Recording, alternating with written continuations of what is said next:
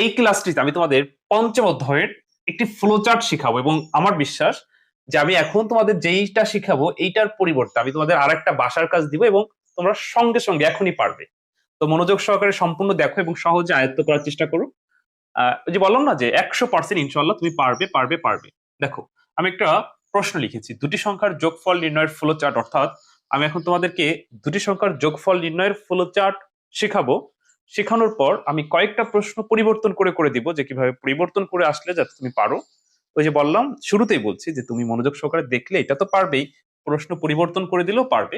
তো এটি হচ্ছে আইসিটি বইয়ের পঞ্চম অধ্যায়ের প্রোগ্রামিং এর ক্লাস, অর্থাৎ এখান থেকে তোমার অ্যালগোরিদম, ফ্লোচার্ট আর হচ্ছে প্রোগ্রাম শিখতে হবে। এই তিনটা জিনিস শিখতে পারলে এই পঞ্চম অধ্যায় হতে যে প্রশ্ন আসে সেটি কিন্তু উত্তর করতে পারবে। পঞ্চম অধ্যায় হতে সাধারণত একটি সৃজনশীল প্রশ্ন থাকেই।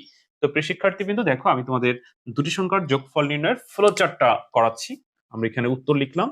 আচ্ছা, আর এটা করানোর আগে আরেকটি কথা বলি, সেটি হচ্ছে তোমরা কিন্তু চাইলে আমার কাছে আইসিটি পড়তে পারো। বোর্ড পরীক্ষার আগ রাত পর্যন্ত আমি তোমাদেরকে পড়াবো মাত্র 999 টাকায়। মাসে মাসে আর কোনো টাকা দিতে হবে না, 999 টাকায় ফুল কোর্স আমি দায়িত্ব নিয়ে তোমাদেরকে পড়াবো। এবং আমার কাছে যদি তোমরা এই 999 টাকায় পড়ো বোর্ড পরীক্ষার আগ রাত পর্যন্ত, তাহলে বাইরে কোচিং বা প্রাইভেট না করলেও হবে, করা লাগবে না। ঠিক আছে, তুমি সর্বোচ্চ নাম্বার পাবে ইনশাল্লাহ। তো যাই হোক, আমার কাছে পড়তে চাইলে হোয়াটসঅ্যাপ নাম্বারে এসএমএস করে ভর্তি হয়ে যেও। আর আইসিটি নিয়ে কোনো টেনশন করা লাগবে না, ঠিক আছে? আচ্ছা দেখো, দুটি সংখ্যার যোগফল নির্ণয়ের ফ্লোচার্ট আমি এখানে লিখলাম, উত্তর ফ্লোচার্ট। ওকে, এবার গত পার্টে অর্থাৎ প্রথম ক্লাসে আমি তোমাদেরকে ফ্লোচার্টের প্রতীক সমূহ শিখিয়েছিলাম। তো ধরো দুটি সংখ্যার যোগফল নির্ণয়ের ফ্লোচার্ট এখন আমরা করব। তো যে কোনো ফ্লোচার্টে প্রথমে তোমার কি করতে হবে, শুরু করতে হবে। তো প্রথম ক্লাসে কিন্তু আমি তোমাদের এই শুরু প্রতীক, শেষ প্রতীক, ইনপুট আউটপুট, প্রক্রিয়াকরণ এইগুলো পরিচয় করাইছিলাম। তো আজকের ক্লাসে হচ্ছে আমরা সেই ফ্লো চার্ট করা শিখবো সেই প্রতীকগুলো ব্যবহার করে। তো প্রথমে আমরা শুরু করব। তো শুরু প্রতীক কেমন বলতো? এই যে একটু ডিমাকৃতি, অর্থাৎ একদম পুরো গোল না, একটু ডিমাকৃতি। এটার নাম হচ্ছে কি, এই যে একটু একটু একটু ডিমাকৃতি, এটার নাম হচ্ছে স্টার্ট। আচ্ছা, স্টার্ট করার পর অর্থাৎ শুরু করলাম, যে কোনো কিছু তো প্রথমে শুরু করতে হয়। তো শুরু করার পর হচ্ছে ইনপুট। আচ্ছা, ইনপুটের প্রতীক কেমন বলতো? সামুদ্রিক। যারা প্রথম ক্লাসটা করছে তারা কিন্তু বুঝতে পারবে। এখন এই ইনপুটের ঘরে আমরা কি লিখবো, ব্যাপারটা যেরকম দেখো, এখানে বলছে দুটি সংখ্যার যোগফল নির্ণয়ের ফ্লোচার্ট করো। তো দুটি সংখ্যা, সংখ্যা দুটি কিন্তু তোমাকে বলে নাই, তাহলে তুমি এখানে কি ইনপুট করবা? তো আমরা এখানে ইনপুট ইনপুট লিখে কাল্পনিকভাবে সংখ্যা দুটি এ এবং বি ধরে নিলাম। আমরা ধরলাম সংখ্যা দুটি এ এবং ডি, যেহেতু এখানে সংখ্যা বলে নাই, ব্যাপারটা এরকম।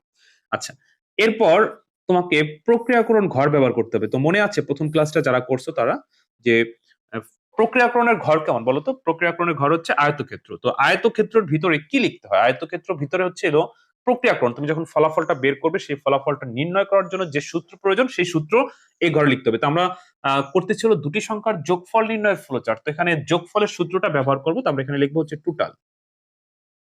টোটাল সমান সমান এ প্লাস বি। টোটাল সমান সমান এ প্লাস বি।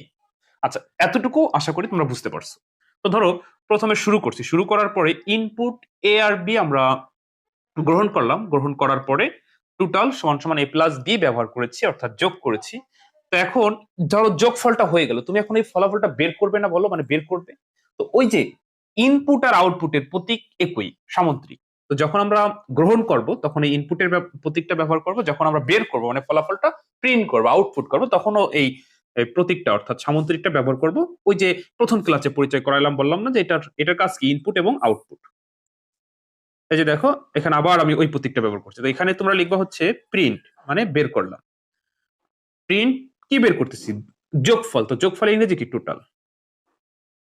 টোটাল হয়ে গেল। আচ্ছা, এবার ধরো তুমি একটা কাজ করলে, সেই কাজটার ফলাফলটা যদি তুমি হাতে পেয়ে যাও, ফলাফলটা যদি হয়ে যায়, তাহলে কি ওই কাজটা সমাপ্ত, মানে শেষ করতে হবে না? তাহলে এবার তোমার শেষ প্রতীক ব্যবহার করতে হবে। তো যে শুরুতেই বলছিলাম যে স্টার্ট, অর্থাৎ শুরু এবং শেষ প্রতীকটা কেমন বলতো? একটু ডিমাকৃতি, অর্থাৎ বৃত্তের মতো না, একটু ডিমাকৃতি। তো এটার কাজ হচ্ছে কি, ইন্ড, শেষ। তো শুরু এবং শেষ। তো অলরেডি দুটি সংখ্যার যোগফল নির্ণয়ের ফ্লো চার্ট আমি তোমাদেরকে শিখালাম। এখন ধরো এই দুটি সংখ্যার যোগফলের মানে ফ্লো চার্ট না এসে তোমাকে এখানে বললো যে তিনটি সংখ্যার যোগফল নির্ণয়ের ফ্লো চার্ট করো। কয়টা সংখ্যার? তিনটা সংখ্যার। এখন যদি 3টা সংখ্যার বলে তাহলে কি পরিবর্তন করতে হবে আমার কিন্তু বলতে হবে না, তোমার কিন্তু অলরেডি বুঝে গেছো যে এই প্রশ্নটা যদি আসে, মানে আমি তো দুটি সংখ্যারটা বুঝাইছি, তো দুইটি সংখ্যার না এসে ধরো আসলো যে 3টি সংখ্যার যোগফল নির্ণয়ের ফ্লোচার্ট করো, তো 3টি সংখ্যার যোগফল নির্ণয়ের ফ্লোচার্ট কেমন হবে তুমি কিন্তু বুঝে গেছো। কেমন হবে বলো তো? হবে হচ্ছে input A B C, total A plus B plus C, আর কোনো পরিবর্তন না, হয়ে গেল। দেখছো, যে বললাম না শুরুতেই যে আমি তোমাদের কেমন ভাবে বুঝাবো যে সংখ্যা পরিবর্তন করে দিলেও তুমি পারবে। যদি এখন ধরো এই 3টি না বলে যে 4টি সংখ্যার যোগফল নির্ণয়ের ফ্লোচার্ট করো, তাও কিন্তু তুমি পারবে, 4টি বললেও পারবে। আচ্ছা, বা যদি বলে যে 3টি সংখ্যার গড় নির্ণয়ের ফ্লোচার্ট করো, তখন এখানে এই যোগফলের পরিবর্তে গড় ব্যবহার করতে হবে, অর্থাৎ গড়ের সূত্র, এভারেজের সূত্রটা ব্যবহার করতে হবে, অতটুকু পরিবর্তন। তো পরবর্তী ক্লাসে আমি তোমাদের গড়টা দেখাই দেবো। তো আবারও বলতেছি, তোমরা আইসিটি নিয়ে একদম দুশ্চিন্তা করো না, তোমরা আমার কাছে আইসিটি পড়তে পারো, ইনশাল্লাহ আইসিটিতে কোনো সমস্যা হবে না। তোমার আইসিটিতে ভালো করানোর দায়িত্ব হচ্ছে আমার, মাত্র 999 টাকা, পুরো আইসিটি বই কমপ্লিট। বোর্ড পরীক্ষার আগ পর্যন্ত রেকর্ড এবং লাইভ ক্লাস চলবে, আমি নিজে লাইভে তোমাদের প্র্যাকটিস করবো সৃজনশীল এবং বহু নির্বাচনে। দেখা যাচ্ছে যে তোমরা এরকম বেসিক যখন আমি শেখাচ্ছি, তোমরা কিন্তু বেসিক পারতেছো, কিন্তু সৃজনশীল কিভাবে আসছে, সৃজনশীল প্রশ্নে কিভাবে উত্তর করতে হয় সেটা কিন্তু গুলিয়ে ফেলো। তার মানে বাসায় পারো, ক্লাসে পারো, পরীক্ষার হলে প্রশ্ন হাতে পাওয়ার পরে গুলিয়ে ফেলো।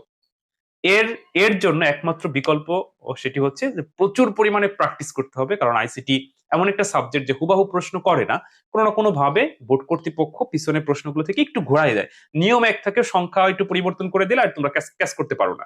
এর জন্য অনেক প্র্যাকটিস করতে হয়। তো প্রিয় শিক্ষার্থীবৃন্দ, আইসিটি নিয়ে একদম টেনশন না করে তোমরা আমার কোর্সে ভর্তি হয়ে যাও।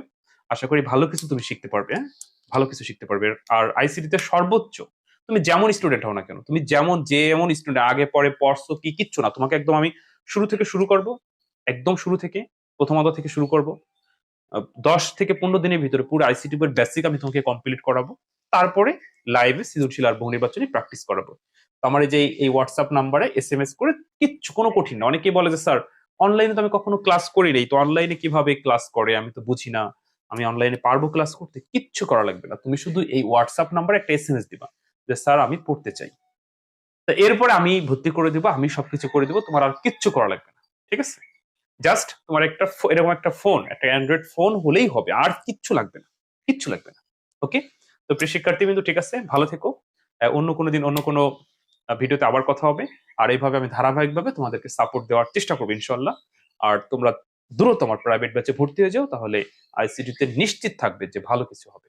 ওকে? তো ভালো থেকো, অন্য কোনো দিন অন্য কোনো ভিডিওতে আবার কথা হবে। আসসালামু আলাইকুম।